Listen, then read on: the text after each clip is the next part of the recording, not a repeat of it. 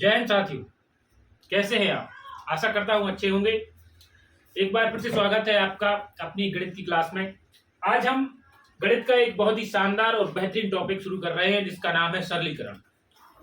थोड़ी वीडियो लंबी हो जाएगी, अगर ज्यादा होगी तो कोशिश करेंगे 2 वीडियो में हम इसे बहुत अच्छे से समझें। सरलीकरण के सवाल बनाने के लिए कई बार क्या होता है कि जो सर्वसमीकरण हैं, बीजगणित की जो सर्वसमीकरण हैं, वो हमें याद ना होने की वजह से हम कई बार सवाल नहीं बना पाते। तो सर्वसमीकरण हमें कैसे आसानी से याद रहें और बड़ी से बड़ी सर्वसमीकरण भी हम समझ सकें कि वो आ कहां से रही है और कैसे उनका उदय हुआ है, इसी के बारे में एक छोटा सा नियम कहे या सिद्धांत है जो पास्कल नाम के गणितज्ञ जी ने दिया, जिसका नाम है पास्कल पिरामिड। इससे हम कैसे बड़ी से बड़ी सर्वसमीकरणों को आसानी से बना सकते हैं और कैसे याद रख सकते हैं, चलिए देखते हैं। तो पास्कल पिरामिड, जैसा कि नाम ही है, पिरामिड के अनुसार सर्वसमीकरण बढ़ेंगी। कैसे बढ़ेंगी, चलिए देखते हैं। फिर हम शुरू करेंगे सरलीकरण के अपने सवाल। पास्कल पिरामिड से हम जानेंगे कि सर्वसमीकरण को हम कैसे खुद बना सकते हैं और जो हमें याद भी ना हो उसे भी हम बना सकते हैं। तो ये पिरामिड हमें 2 चर वाली जितनी भी सर्वसमीकरण है उसके बारे में बताएगा। आप चाहें तो ए और बी बना सकते हैं या बना सकते हैं एक्स और वाई, ए और बी के फॉर्म में भी या एक्स और वाई के फॉर्म में। सर्वसमीकरणों में दिक्कत शुरू होती है वर्ग से। वर्ग की लगभग सबको याद होगी, ए धन बी का होल स्क्वायर, ए वर्ग धन बी वर्ग धन 2ab। कैसे आती है, चलिए देखते हैं। ये पास्कल पिरामिड है, ऊपर 1 लिखा है और बाजू बाजू में 1 लिखा। जब ये बढ़ेगी तो करना क्या है, 2 की सर्वसमीकरण पता करनी है तो यहां से लिख लेंगे 1, इन दोनों को जोड़ देंगे, 1 और 1 कितना हो जाएगा 2, और 1 को फिर ऐसा जैसा है वैसा लिख देंगे। ठीक। 3 की पता करनी है तो देखो पास्कल पिरामिड क्या बताता है, 1 1 को जैसा है वैसा लिख देंगे, 1 और 2 को जोड़ देंगे, कितना आ जाएगा 3। ऐसे ही 1 और 2 को फिर जोड़ देंगे, कितना आ जाएगा 3, और 1 जैसा है वैसा लिख देंगे। 4 की सर्वसमीकरण हमसे पूछ ले तो इस 1 को जैसा है वैसा लिख देंगे, 3 और 1 जोड़ देंगे, कितना हो जाता है 4, 3 और 3 जोड़ देंगे, कितना हो जाएगा 6, 3 और 1 जोड़ देंगे, कितना आ जाएगा 4, और 1 जैसा है उसको वैसा लिख देंगे। मतलब कि अभी हमने सिर्फ 2 वाली तो हमें याद होती है, 3 वाली में गलतियां कर देते हैं, 4 वाली का कुछ पता नहीं। ऐसा ही है ना। लेकिन अगर पास्कल पिरामिड है तो 4 की, 5 की, 6 की, सबकी घात हम निकाल सकते हैं। तो देखते हैं कैसे। ये हमने लिख तो दिया पास्कल पिरामिड बनाकर, पर पूछो भैया ये है क्या, ये है क्या। तो पास्कल पिरामिड से हमें सर्वसमीकरण मिलती हैं, उससे पहले हमें मिलते हैं सर्वसमीकरणों में उनके गुणांक। जैसे कि कोई सर्वसमीकरण है x धन y का होल स्क्वायर, हमें मिलता है X square plus Y square plus 2xy, यही मिलता है। तो जो पास्कल पिरामिड है वो हमें बताता है कि इनके गुणांकों क्या होंगे। यहां देखो गुणांक कितना है 1, यहां भी गुणांक कितना है 1, और यहां गुणांक कितना है 2। पास्कल पिरामिड इन्हीं गुणांकों के बारे में बताता है। इसके बाद वो हमें बताता है कि किस गुणांक के साथ किसी अचर की घात कितनी होगी। और सर्वसमीकरण में यही 2 चीजें हैं, एक तो गुणांक और उनके साथ कौन सी घात है, बस यही। तो देखते हैं हम पास्कल पिरामिड से सवालों को कैसे बनाएंगे। तो लिखा है 1 2 1, सर्वसमीकरण बनानी है, ए और बी के फॉर्म में है। ए और ये सबको याद रहती है, एक्स वाई में भूल जाते हैं, तो ए बी में थोड़ी आसानी होगी। ए और बी का होल स्क्वायर बनाना है। क्या बनाना है, होल स्क्वायर बनाना है, चाहे प्लस का हो चाहे हो माइनस का। चलिए देखते हैं कैसे बनाते हैं। पास्कल भैया कह रहे हैं 1 तो 1 लिख लो। कैसे आ गया, समझ में आया, 1 2 1। क्या करना है, एक चर की घात को बढ़ते क्रम में लिखना है और एक चर की घात को घटते क्रम में। शुरुआत कहां से होगी 2 से, अधिकतम कहां जाएगा 2 और न्यूनतम जाएगा 0। 0 से छोटा कुछ हो सकता है क्या, नहीं। तो चलो देखते हैं कैसे होगा। तो a के ऊपर अधिकतम घात कितने की है 2 की, तो a के ऊपर अधिकतम घात 2 की लगाए, और b पे न्यूनतम घात कितने की हो सकती है 0 की हो सकती है। तो यहाँ लिखना था a के ऊपर अधिकतम घात 2 की और b के ऊपर अधिकतम घात 0 की। फिर कितना लिखा है दो दो जैसा है वैसा लेकर रहने दो। मैंने क्या बताया, एक को घटते क्रम में, एक को बढ़ते क्रम में। तो दो से घट के कितनी हो जाएगी? एक। तो दो ए के ऊपर कितने घात? और बी से जीरो से बढ़ के कितनी हो जाएगी? एक। तो बी के ऊपर भी कितने की घात? एक की घात। बहुत बढ़िया। अब फिर से ये एक से घटेगी, ए को घटना है तो ये घट के ए के ऊपर कितने की घात हो जाएगी? और बी के ऊपर एक से बढ़ के कितने की हो जाएगी? दो की। ठीक है। और ध्यान से देखो, यहाँ आप जब धन ले रहे हो, आप धन की है तो ये सब कैसी हो जाएगी?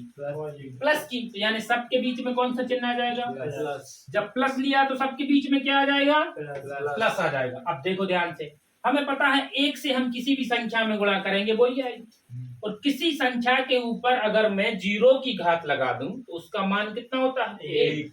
यानी इस पूरे सिस्टम का जो हल होगा वो कितना होगा? ए वर्ग। ऐसा ही प्लस में इधर देखूंगा तो एक की घात यानी वही संख्या, यानी इधर आ जाएगा 2ab।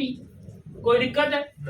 और यहाँ आ जाएगा जीरो, ए के ऊपर जीरो की घात यानी एक, यानी इस पूरे का निष्कर्ष मात्र बचेगा बी स्क्वायर। यानी हमने देखा ए धन बी का होल स्क्वायर आ गया, A square plus 2ab plus B. Plus में तो आगे पीछे भी पढ़ लेते हैं, ए वर्ग धन बी वर्ग धन 2ab। अब कहोगे भैया ये तो हमें याद है, इसके लिए पास्कल पिरामिड की क्या जरूरत है? तो ये आपको याद है, 3 और 4 की तो याद नहीं है ना? और 3 4 की याद भी होगी तो मैं प्लस माइनस में कंफ्यूजन होगा, कहाँ प्लस आएगा कहाँ माइनस आएगा। तो हमने देख लिया ए धन बी का होल स्क्वायर बनाना था तो कुछ इस प्रकार से कर दिया। अब इसी में माइनस देखो कैसे बनाएंगे। माइनस यदि यहाँ हो माइनस ए माइनस बी का होल स्क्वायर पास्कल पिरामिड से कैसे पता करें? तो ध्यान से देखो मेरे दोस्तों, यहाँ पे जो माइनस चिन्ह है वो जानबूझकर किसके लिए लगाया गया है? बी के ऊपर। और इतनी सी बात हमें पता है कि किसी भी ऋणात्मक संख्या के ऊपर अगर हम समअंकी की घात लगाते हैं, क्या की घात लगाते हैं? तो उसका आंसर जो है वो धनात्मक आएगा, क्योंकि वो ऋण ऋण एक दूसरे को धन कर देते हैं। और यदि धन विषम की घात आएगी, कोई संख्या जो ऋण की है अगर उस पर विषम की घात आएगी तो उसका चिन्ह भी क्या रहेगा? माइनस ही रहेगा। तो चलो देखते हैं कैसे बनेगा सवाल। कह रहे हैं ए माइनस बी का होल स्क्वायर। तो हमें पता है जैसा हो रहा था वैसा ही है, सिर्फ चिन्हों में थोड़ा परिवर्तन आएगा। पास्कल पिरामिड ने गुणांक बता दिए 1 2 1, और घातों के घटते बढ़ते क्रम ने हमें बता दिया कि ये 2 से घट के 1 हो गई और ये हो गई 0। ये 0 से बढ़ के 1 हो गई और 1 से बढ़ के हो गई 2। अब ध्यान से देखो दोस्तों, b का है माइनस का, और यहाँ b के ऊपर 0 की घात है यानी ये तो प्लस हो जाएगा, तो ये प्लस में है। इधर देखो b के ऊपर 1 की घात है और एक सम है कि विषम है? विषम है, यानी यहाँ कौन सा चिन्ह आएगा? माइनस। और यहाँ देखो b के ऊपर का की घात 2 की, सम की घात है, जब सम की घात लगाएगी तो इधर का आ जाएगा प्लस। इतनी सी बात थी। तो अब लिखो हमसे माइनस की भी सर्वसमीका बन गई। ए माइनस बी का होल स्क्वायर कितना हो गया? इधर से बचेगा ए स्क्वायर, इधर से बचेगा 2ab और इधर से बचेगा बी स्क्वायर, यानी A square plus B square minus के 2ab। समझ में आ रही ना बात? 2 की तो आसान थी, दोनों याद थी भैया, 3 की बताओ तो बात बने। ठीक है, अब हमें पता करना है a प्लस बी का होल क्यूब। कितना?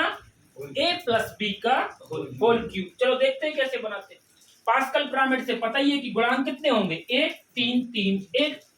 और एक चीज और पता है कि घातें कैसी होंगी?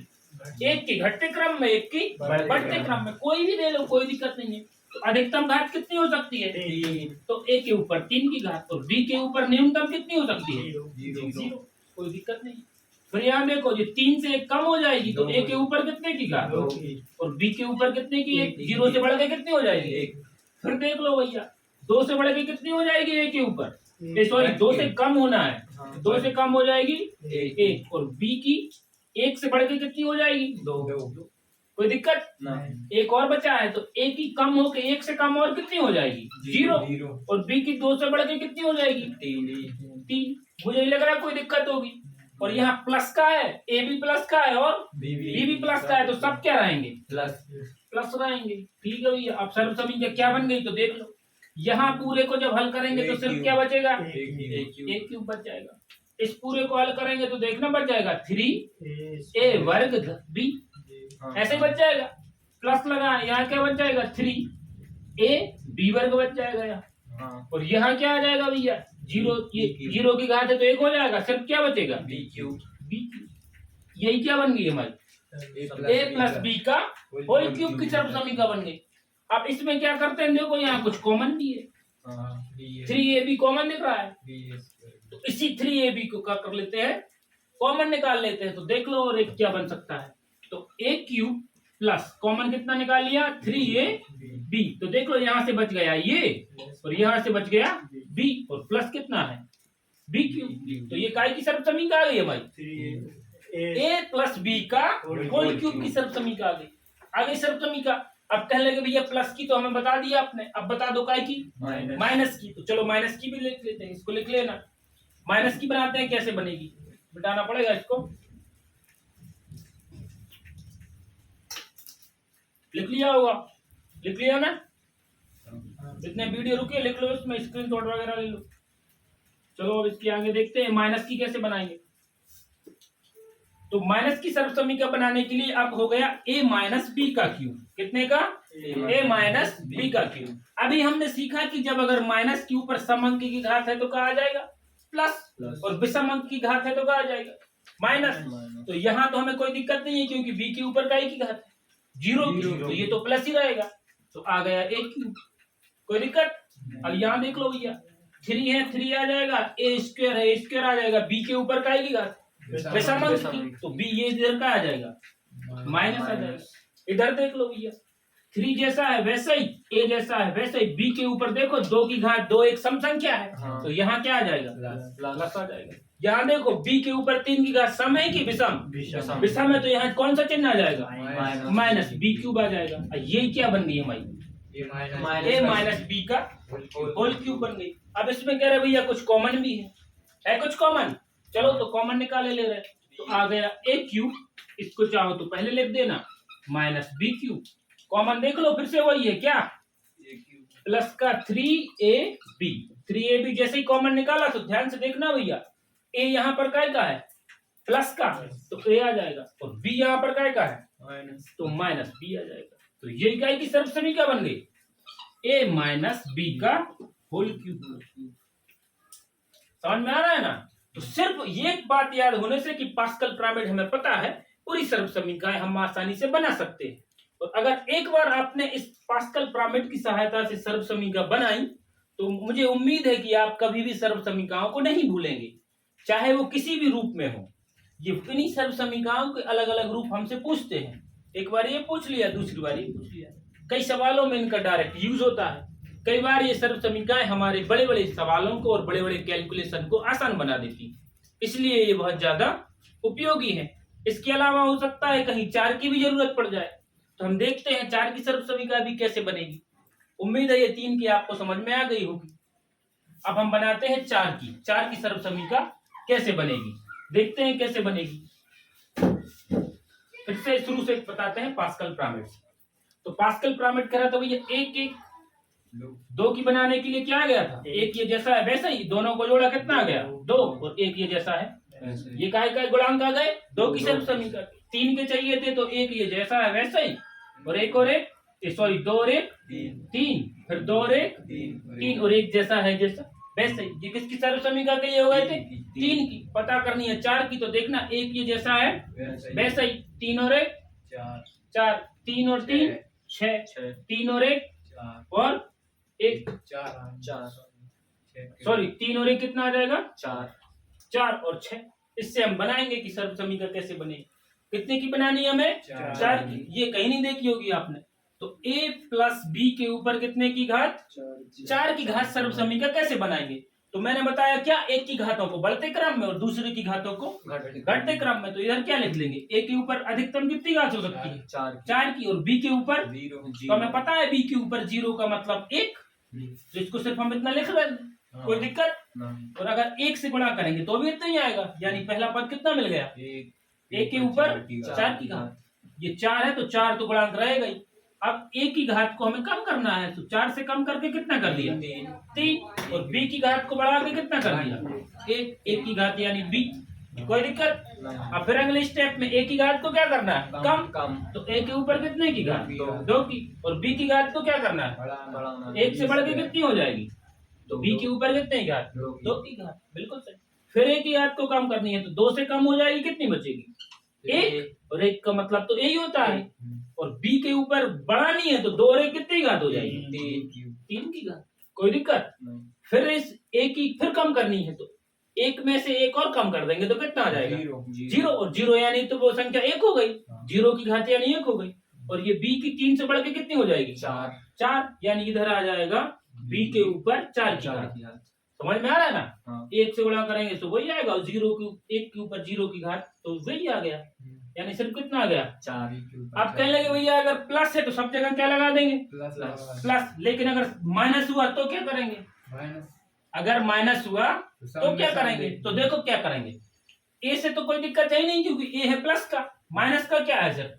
बी। तो बी माइनस का इसको बस एडजस्ट करना है। तो जब बी माइनस का है तो देखो इसको देखते हैं, इधर बी क्या है? बी के ऊपर काय की घात है? विषम की। तो इधर क्या आ जाएगा? माइनस। इधर देखो काय की है तो इधर क्या आ जाएगा? इधर देखो काय की है विषम, तो इधर भी क्या आ जाएगा? और यहाँ काय की है तो इधर क्या आ जाएगा? प्लस। यानी a माइनस बी के ऊपर 4 की घात की सर्वसमीकरण हमने बना ली। क्या? a के ऊपर 4 की घात minus 4a cube b plus 6a square b square minus 4ab cube plus b के ऊपर कितने की घात? 4 की घात। एक चीज और इसमें देख लो कि अगर इन दोनों को साथ में लिख दोगे तो कुछ चीज कॉमन भी आ सकती है। तो एक इसका रूप थोड़ा सा और बदल जाएगा, जब इन तीनों में कुछ चीज कॉमन आ जाए तो थोड़ा सा बदल जाएगा। दिख रहा है ना? कम से कम 2ab तो सब में है, 2ab। तो इसको और अलग तरीके से लिख सकते हैं कि ऊपर 4 की घात कॉमन ले लिया मैंने प्लस का 2ab। देखो ध्यान से, इधर से प्लस 2ab निकल जाएगा तो क्या बचेगा? माइनस का 2a स्क्वायर, यही बचेगा। प्लस यहाँ देख लो 2ab निकल गया, 3ab बच जाएगा। और यहाँ से भी देखो 2ab निकल गया, बच जाएगा माइनस का 2a तो निकल गया, b के ऊपर कितनी घात बच जाएगी? 2 की घात। कोष्टक बंद लिख देंगे प्लस b के ऊपर 4 की घात। एक ये भी इसका रूप हो सकता है, समझ में आ रहा है? तो इस प्रकार से हम कितने भी घात, किसी की भी घात हो, सर्व समीकरणों को बना सकते हैं। इन्हीं सर्व समीकरणों के आपस में कैलकुलेशन होने से कई और सर्व समीकरणें भी बनकर आई जो हमें उपयोगी सिद्ध होती हैं। जैसे कि अभी हमने कुछ जो सर्व समीकरणें देखी हैं, एक बार उनका और छोटा सा रिवीजन कर लेंगे जिससे हमें एक मदद मिले, याद रहे, भूले ना। एक ही क्लास आपको काफी होगी अगर आप हमारे साथ सर्व समीकरणें बनाते जा रहे हैं तो जीवन में आप कभी भी सर्व समीकरणें नहीं भूलेंगे, और अगर भूल भी गए तो बना लेंगे। घर का खेती हो गई, अब तो ये खेत प्लांट लगा लिया अपन ने, पास्कल पिरामिड, जो भी सर्व समीकरण बनानी है मशीन में डाली और बन के आ गई। कोई दिक्कत? हाँ, थोड़ा समय लग जाएगा तो समय अभी उपयोग कर लीजिए, बार बार पास्कल पिरामिड की मदद से अलग अलग सर्व समीकरण बनाइए। और हर क्लास में, चाहे आप किसी भी क्लास में हो, आपको ये उपयोगी है, हमेशा रहेंगी। सर्व समीकरण हमेशा उपयोगी रही है। वे सब चीजें जो अपना काम आसान बनाए उपयोगी है, जो काम बढ़ा दें, समय बढ़ा दें, वो अनुपयोगी है। तो सर्व समीकरण क्या करती हैं? समय कम कर देती हैं, इसलिए क्या है? उपयोगी है। और जो समय बढ़ा दे वो अनुपयोगी है। ऐसे लोगों से दूर रहना है। चलो तो देखते हैं कुछ और सवाल, कुछ सर्व समीकरण। अभी हमने जो 2 घात वाली और 3 घात वाली, जो 2 चर वाली सर्व समीकरण पढ़ी हैं, उनको कुछ बदलाव करके कुछ और लिखा गया है। जैसे a प्लस बी का होल क्यूब और a माइनस बी का होल क्यूब की सर्व समीकरणों से मिलकर एक सर्व समीकरण बनी है जिसका नाम है a square minus B square. तो a square minus B square की जो सर्व समीकरण है ये कई जगह इस्तेमाल होती है, इसका बहुत ज्यादा उपयोग है, जो होती है एक कोष्टक में a धन b, एक कोष्टक में a ऋण b। इसके अलावा जो हमने अभी पिछले पास्कल पिरामिड में a प्लस बी का होल क्यूब वाली सर्व समीकरण देखी, उसमें एक प्लस वाली और एक माइनस वाली का भी थोड़ा सा मॉडिफाई वर्जन है, मतलब 1-2 की मदद से या उसी में कुछ आगे पीछे करके उसको और अलग तरीके से बता सकते हैं। जैसे ये बहुत उपयोगी है क्योंकि a cube plus B cube बराबर, तो एक कोष्टक में लिख देना a धन b और दूसरे कोष्टक में a वर्ग minus A B plus B वर्ग। ध्यान रखना है, प्लस वाली में छोटे कोष्टक में प्लस है और बड़े कोष्टक के बीच में है माइनस। सेम टू सेम इसका उल्टा है। यहाँ देख लो, जब माइनस वाली सर्व समीकरण आ गई तो छोटे कोष्टक में आ गया माइनस और ये बड़े वाले कोष्टक में यहाँ आ गया सब कुछ प्लस है। इसमें कंफ्यूज नहीं होना है, ध्यान रखना है कि एक कोष्टक में प्लस है और एक कोष्टक में माइनस है। जब माइनस वाली पूछेंगे तो सब पहले वाले कोष्टक में माइनस, और जब प्लस वाली पूछेंगे तो दूसरे कोष्टक में, पहले कोष्टक में प्लस। ये कुछ सर्व समीकरण जो हमें पता होनी चाहिए। सरलीकरण के जो सवाल आ रहे हैं और जो इसे बन रहे हैं उसमें हमें ये बहुत ज्यादा उपयोगी है। अब हम देखते हैं सरलीकरण के कुछ सवाल। उम्मीद है आपको पास्कल पिरामिड और सर्व समीकरण समझ में आई होंगी। जल्दी ही हम दूसरी वीडियो में सरलीकरण के कई और शानदार और बेहतरीन सवाल लेकर उपस्थित होंगे, जिनमें हम सीखेंगे कि इन सर्व समीकरणों को हमें कैसे इस्तेमाल करना है और सरलीकरण के सवालों को हम कैसे आसानी से बना पाएंगे। तब तक के लिए जय हिंद, जय भारत।